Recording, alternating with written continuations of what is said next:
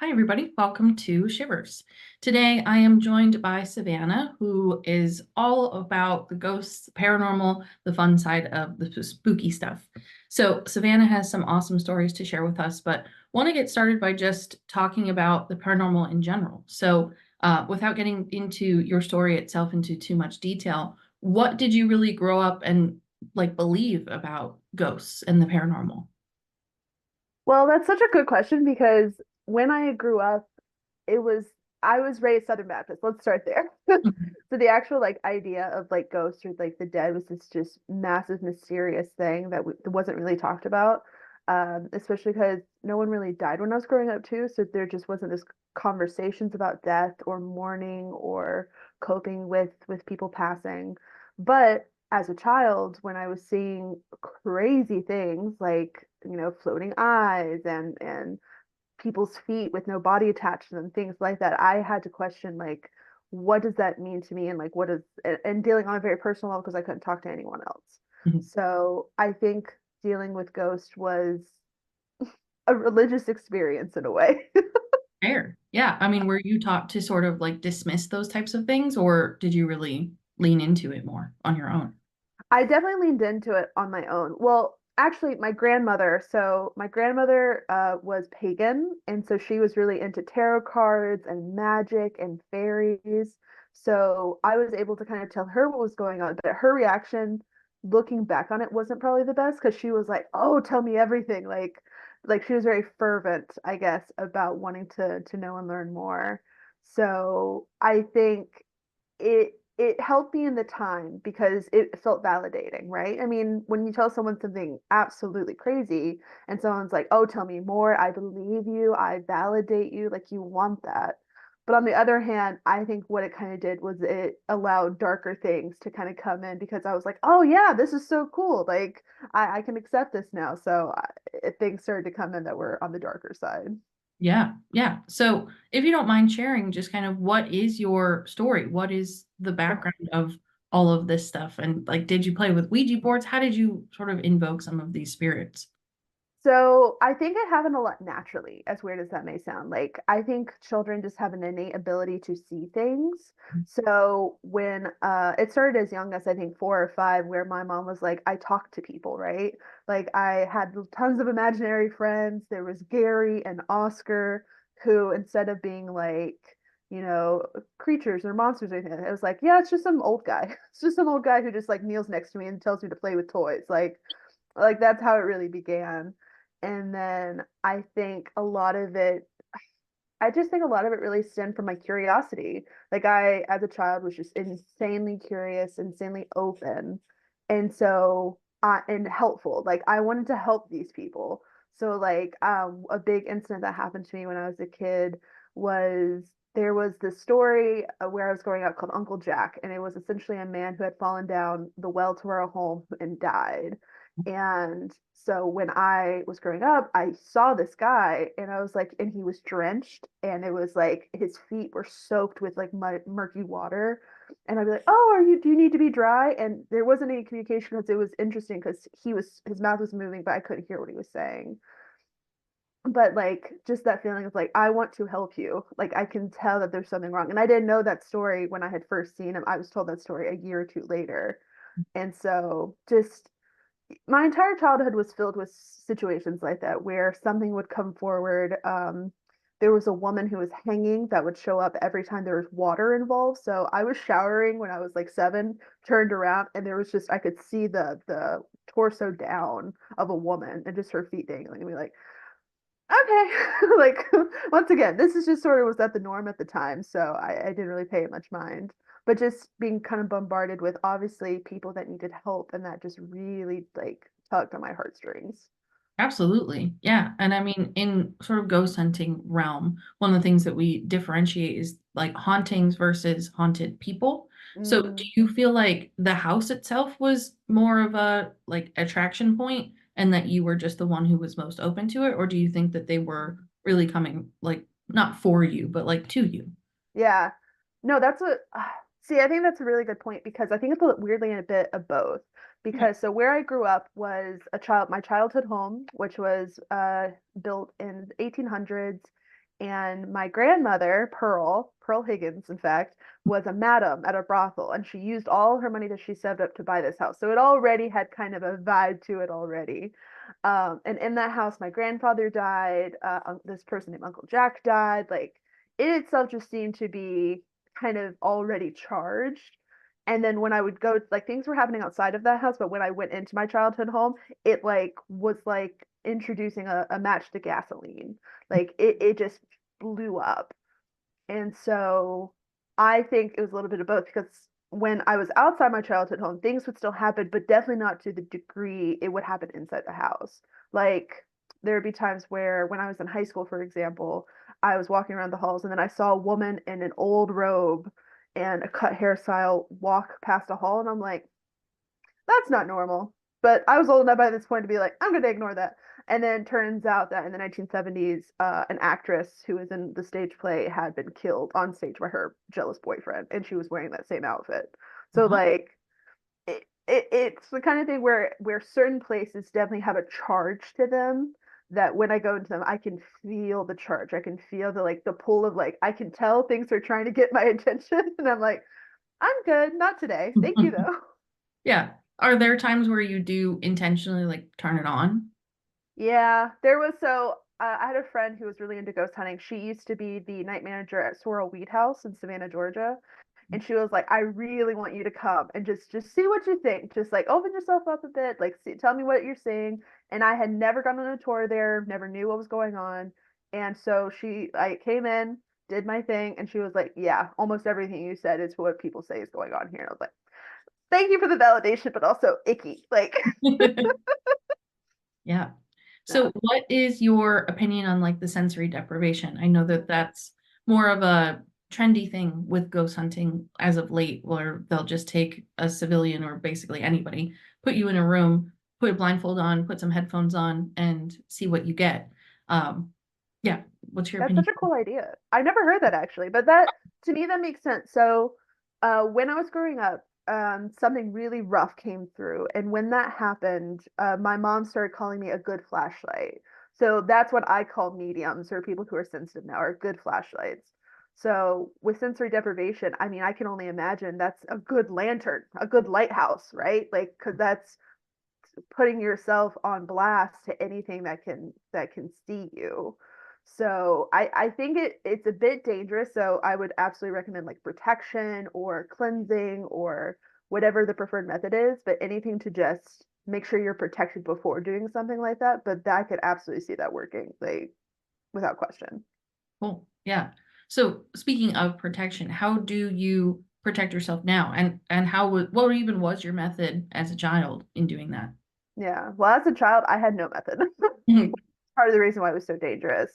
When I got a little bit older and something, so when I got a little bit older, around 14, 15 years old, I was having like true evil interactions, like deep demonic, like evil spirits. I think they call them inhumane spirits, and that to me is like the most accurate description of what I was dealing with.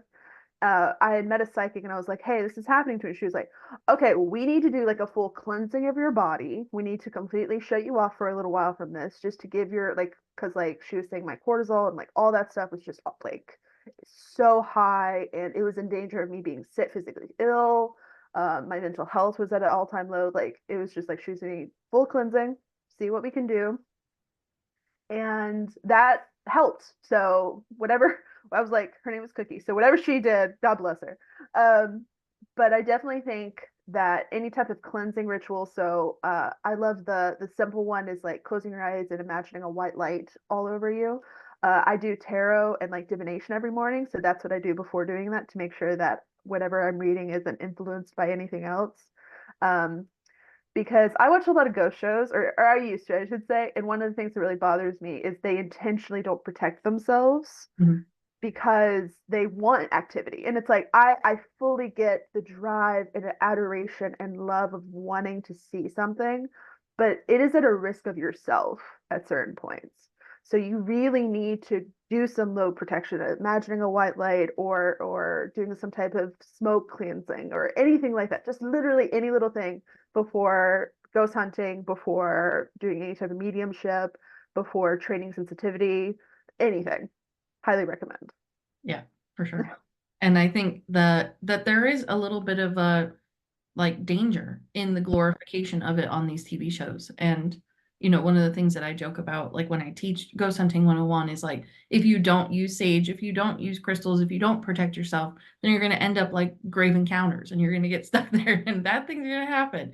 So it's not a threat, but it's just more along the lines of like you don't know what you're kind of opening yourself up to. And then that's where those hitchhiking ghosts kind of come from. And then I have nightmares and my car won't start and my phone won't work. And why is this all happening? It's like, well, because you kind of asked for it in a way. So, Yeah. It's the metaphor that I've heard that I always really appreciate is like ghost hunting without protection is like having a party and leaving your door wide open and allowing anything and everyone to come in. You don't know who's going to come in. It could be someone who's going to wreck your house, could be someone who's going to steal your car, could be someone who's going to hurt you. Like if you do that, you have to be fully prepared of the consequences. Kind of like you said, like no one's victim blaming, but I shouldn't say but. Let me say this. yeah. It's not victim blaming. What it is, it's doing dangerous things without protection. And that just needs to be, the awareness needs to be there. And if you're like, no, full sin, I don't need protection, I want to see something that's like, then you need to accept the consequences and be ready for when something happens. Because it's not a matter of if, it is when. Mhm. No. Yeah. And I mean, even in terms of Ouija boards, enough people can warn against playing with Ouija boards and that they shouldn't be for sale and all of these things. I think that those rules still apply to that, if that's something that anybody's interested in doing. I say go ahead and try it, but do it with protection. Know the rules. Make sure you are not doing it by yourself. Make sure you say goodbye and close whatever it is. Like, more than anything, for anybody who's interested in going out and ghost hunting, like, say goodbye, lock it down. This spirit stays in this location. I am leaving, taking my own energy with me. Like, you keep it separate. And I do agree with that mentality of like just imagining a white light around you. Um, I went to Penhurst Asylum a couple of times and So I cool. Sorry. yeah, I absolutely love it there. And they do a Halloween haunted house. So that was the first time that I went, which 2 years ago, and I am obsessed with that place. And this past spring in May, they did a paranormal convention there. And so they had all of these vendors and you got to walk through all of the buildings and things like that. And my mom is a Reiki master, archangelic light healer, all of the things. And she was so nervous about going there. She's like, I don't know what I'm going to bring back. I don't know what we're walking into, blah, blah, blah. But it's like, as long as you keep your energy safe, you're all good to go. And I've found that more often than not in a lot of these places. The one place for me that was totally different than that was Robert the Doll. If you've heard of Robert the I Doll. have. Mm-mm. No, thank you. Yeah, he resides in Key West, Florida, and he's in a Civil War fort museum. So not only is he there, but it's also a Civil War fort, and there's all of those spirits there. And I was so hyped. We went on a family vacation to Key West. I was like, now we get to go see Robert the Doll. This museum is free. Like, why not? So Heck yeah. yeah, I forced my mom and my sister to come. And of course, my mom was like, you don't know what you're messing with. You don't know what Robert's all about. And my sister's very skeptical about all of the things. So this lady's like telling us all the story about Robert and how they believe that he's not really haunted by a ghost, but rather that the slaves of the Otto family put a hex on him. And she was like, okay, now here's Robert. And she opened the curtain. And because it's just like a fort, it's just a circle. So you can see all the way down the hallway. And Mm-hmm. it just felt like you got hit by a truck. And it was like my level of excitement went from here all the way to the floor. And I was like, we gotta go. Yeah. So we walked through it and we saw him, but just the energy, like that's something that is like you cannot make that up. Like all three of us just walking by him, it just felt like the box that he was in was like pulsating with just energy. And then my sister, who is very skeptical of everything, she just started crying and she's like, I don't know why I'm crying. We That, know. yeah, yeah, that to me felt so much different and wildly different than any place that's like haunted. Because I think from the hex perspective, that's what made it a little bit stronger and a little bit scarier. But Mm. yeah, interested to hear your opinion on that side of things. Yeah. No, that's, oh, I just got shivers. So first off, I don't mess with dolls. I know that's the whole thing because that's like an easy in for a lot of people who ghost hunt and people who are interested in the paranormal because the people sell haunted dolls on eBay. You know what I mean? And so it's like it's anything that is a potential vessel for something else, regardless of energy, regardless of activity of any kind, I do not mess with. Because it is so easy to, even with protections, like it's still there, it's still present. It's just nothing can really protect you unless you get it out of your space. Um, but I've had energy like that before in my times because, like I've said before, like how I've dealt with negative things in my life is just sort of like didn't really know what I was dealing with until it was too late. And one of the situations I dealt with that is, have you ever heard of the hag? Hmm. So I'm 12 years old. I'm sitting on my couch with my cousin, who is, I think, a year older this time. She's a wee thing. We're watching TV, and I look over, and she's looking past me, and I follow her gaze to my left, and there is a woman in a black gown with a black veil just standing in the hallway, three-dimensional, completely like not transparent, not see-through, as if a woman is standing there, and I felt as if the air got sucked out of the room. Oh. I have never like I thought I was going to die. This is the person who's come to collect me. Like this is the end. And I'm like I said 11 or 12, so it's like I'm having this existential crisis and then I see her smile and I'm like this is it. Like I can't explain the absolute terror and destruction this feeling brought and this energy of just almost like opposite magnetism where it's like pushing out and suffocating and then I'm able to turn my head to make because I'm like, oh my god, oh my 1 year old, I don't want her to like be here with my dead body. So I turn and she's watching TV, and I look back, the woman's gone, and I never saw her again. And I that is something I think about constantly because this was years before Insidious. Mhm. I saw that movie Insidious, and when that woman showed up on the screen, I clutched my chest and said, I got to get out of here. This because it was like my childhood coming back. Mhm. And that type of energy and that type of experience that happens with things in this world, we take for granted in a lot of ways because we discredit the energy we put into things. Like a doll, for example, is the perfect element for someone to put all of their energy into if they're having a bad day or they want to hurt someone, hurt themselves. Just we disregard everything when it comes to the energy we put out into the world. And so thinking about things that we have no control over, such as hags or, shadow people, beings that we don't know anything about, and the things that we do have control over, such as like curses and hexes. But those, this is my personal opinion, they grow beyond us. It's kind of like a mold or a fungus. Like, I mean, the person who, or the people who affected Rob the doll, they're gone. Mhm. He's not. He will exist for who knows how long. Yeah. Yeah. Yeah, I mean, same sort of thing for like Annabelle. Uh, It's very easy to be like, it's just a Raggedy Ann doll, and then you touch it and you're gone. yeah. So yeah, I think that those things are so framed so innocently, and it kind of goes along with the same thing of ghost TV shows, Yeah. basically reality TV. It's like the glorification of just like, oh, if you hang out with Annabelle, something bad will happen. Like it's almost like a dare, and it's like, Yeah. don't play, like just don't do it. So hmm when it Well, comes that's like I was just gonna say really quickly, like, so my partner and I are watching Dead Files right now. And I don't know if you've ever seen it, but that's one of our favorite like go-to casual shows, weirdly enough. Mhm. But the premise is it's a medium and a detective, and they only deal with severe cases of haunting. So we're talking shadow people, we're talking demonic possession, we're talking like you name it, they have it kind of thing. And one of the things that I note when I watch that show is like this is an individual medium who is doing this day in day out. Like can you imagine the impact that would have on you? Mhm. And like you said, like people doing it as a dare, like they get sick the next day or it affects their body somehow, they get into an accident, they barely miss something falling on their head. Like it all seems coincidental, but it's all connected, Yeah, which I think is the theme when it comes to like the supernatural or paranormal. absolutely. Yeah, and I think when it comes to some of that like bad luck, it's what did you do? Again, not like blaming the victim, but like what did you do to bring that in? Like what did you leave behind that could have been a breadcrumb back to your regular life? Right.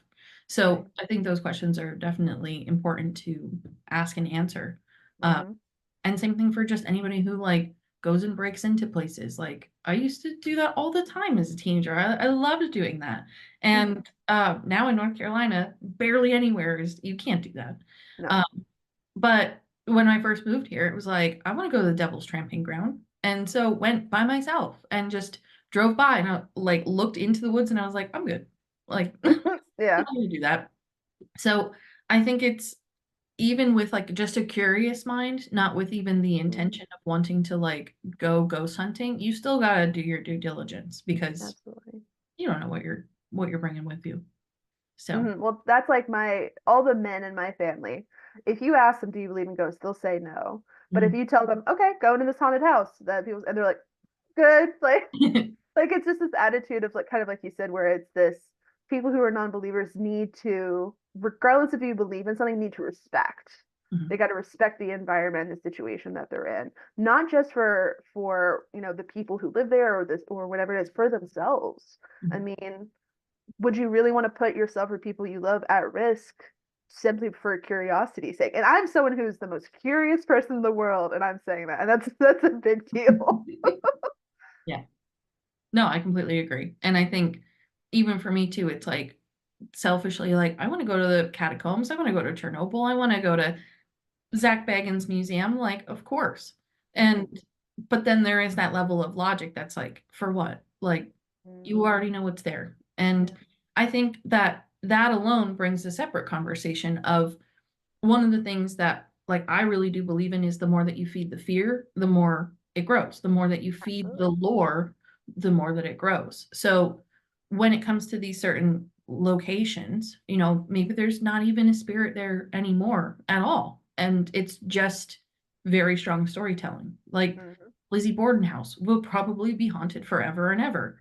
I would bet if you walked in there, if I walked in there, anybody who's more sensitive, I would bet you wouldn't feel anything. I would bet money on that.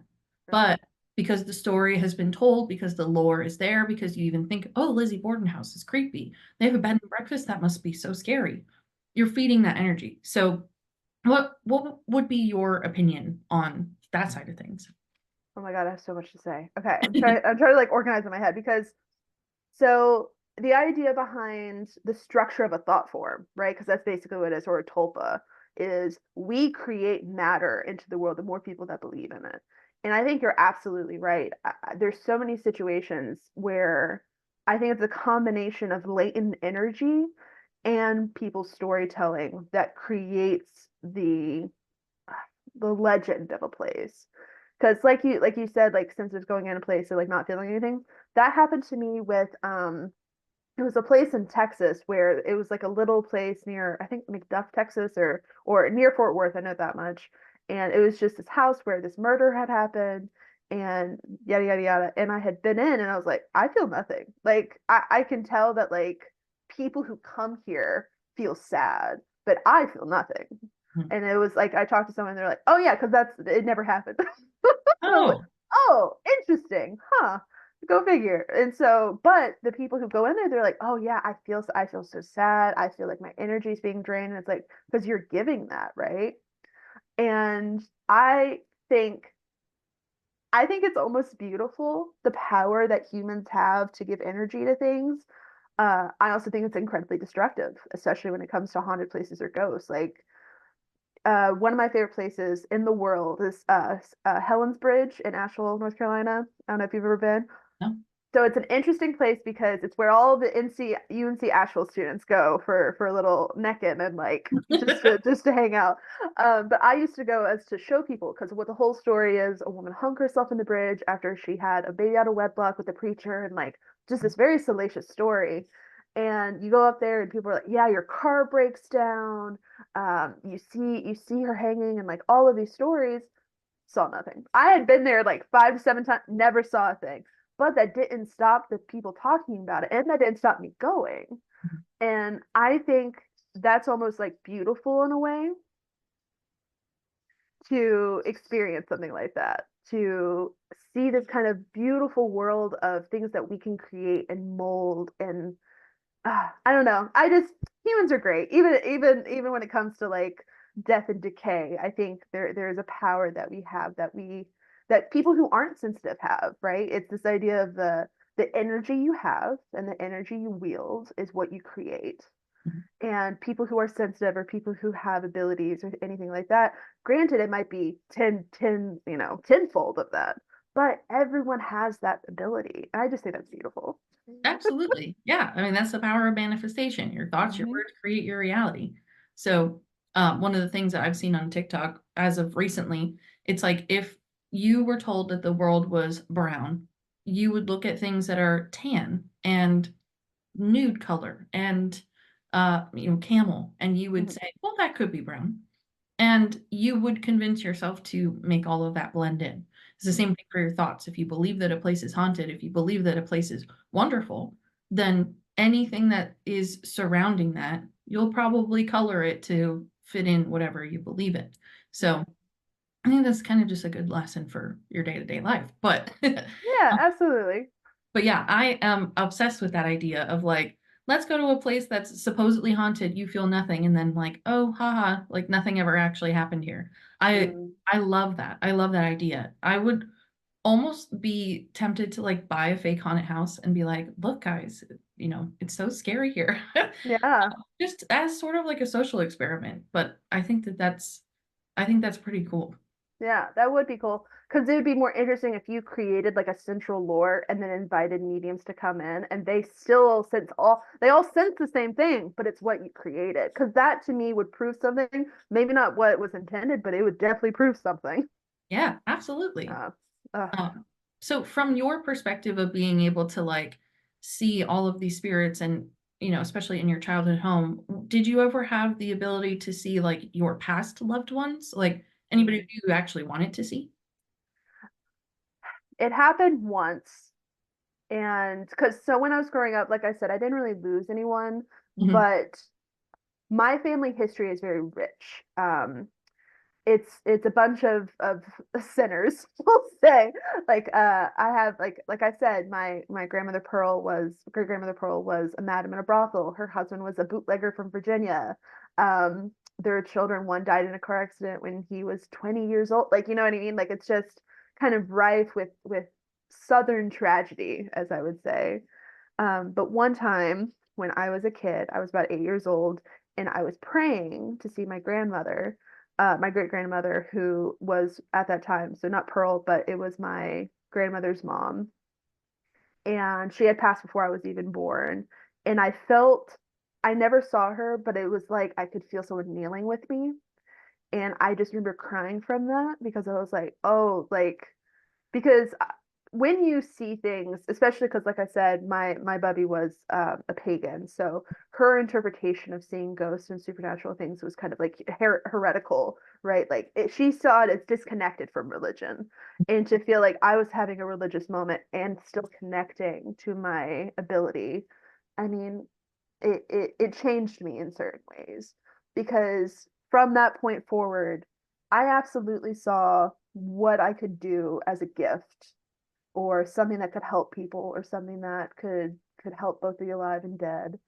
And I think that was given to me as almost permission by my great grandmother in a weird way. Mhm.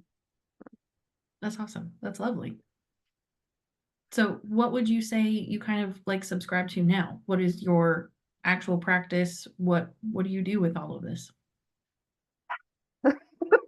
Deep, deep sigh. It's something I'm reconnecting with for the longest time because of the dark things that I saw, of the horrible things that I experienced. I took all of that and tried to leave it behind. I Mhm. was like, I think the last time I saw something solid before semi recently was like 17 years old. So from like 17 to 29, I was completely cut off. I didn't go to haunted places. If I got somewhere and I had a vibe, I'd be like, never mind. And then would just leave or figure something out. And I didn't do divination. I didn't do tarot. I didn't really subscribe to religion because I felt that religion in a way had failed me because of the horrible things that I saw. Because I saw that as protection and it did protect me. So that was its own wonderful religious trauma and connection with the supernatural. But now I am 30 years old and I have a regular tarot practice that I do daily, and that really centers me. I try to do meditation, and I protect myself before meditation because if you do a certain kind of like deep meditation, I'm able to see certain things. Um, but I kind of create like a hard boundary of not helping anyone, of like, I'm happy to see you, I'm Mhm. happy to engage, but if you request something from me, I will not and cannot give it. And that's kind of what I have established because I'm definitely weaker than I was when I was a kid. Like I don't I don't confuse living and dead people like I used to when I was a kid. And I would say if I go to a place that's really, really haunted, like my best friend's old place, it was a danger zone. But like going in and feeling like, okay, someone just sat next to me, I'm ignoring it. Like just a full boundary of if it is happening in my space, I'm not involving myself. It's not something I'm going to mess with. However, I am interested in getting back into ghost hunting and like being interested in experiencing places again, just to kind of either hone my skill or I don't have a good reason why. It's just something I want to do, which I think until I figure out my reason why, I shouldn't do it yet. So that's where I've landed. Fair. Yeah. No, I think that's great. Um, cool. So anything that you want to share in terms of your storytelling and your books and your writing? Yes. So one thing I would definitely say is being sensitive and being a good flashlight has absolutely led me to writing horror. Mhm. Because I think I needed a way to cope and process what I had been through. So I've done poetry, I've done essays. I'm not sure if it's still available, but I did an essay titled Believe, which was about how I was raised with three religions when I was a kid.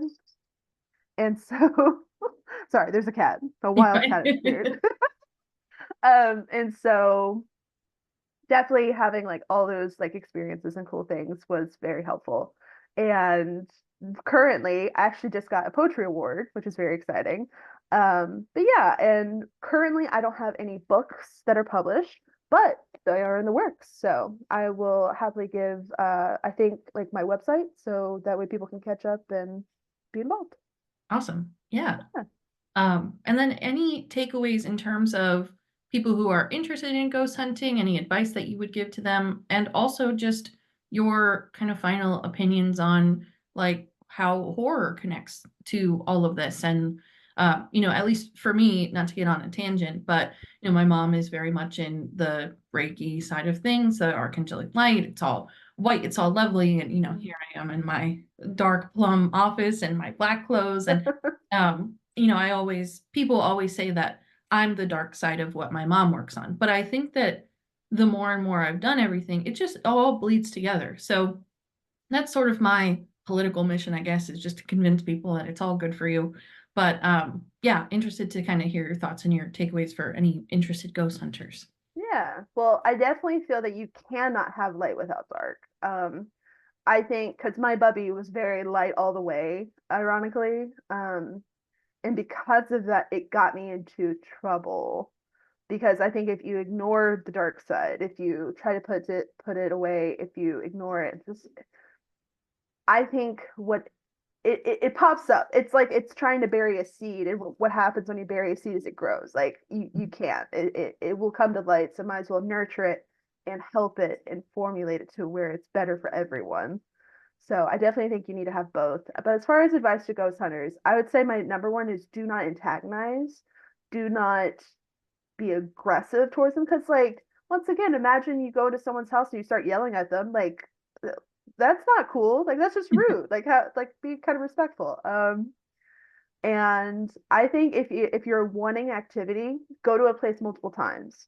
That's why because if it's intelligent hunting, they'll remember you and they'll be like and they remember like, oh, I engaged with them in this way and to kind of formulate relationships in that way, but also protect your space and give yourself boundaries. Because you have to be like, I'm happy to talk to you here in this home of yours, but you can't follow me home. Mhm. Because I had a friend who that happened to.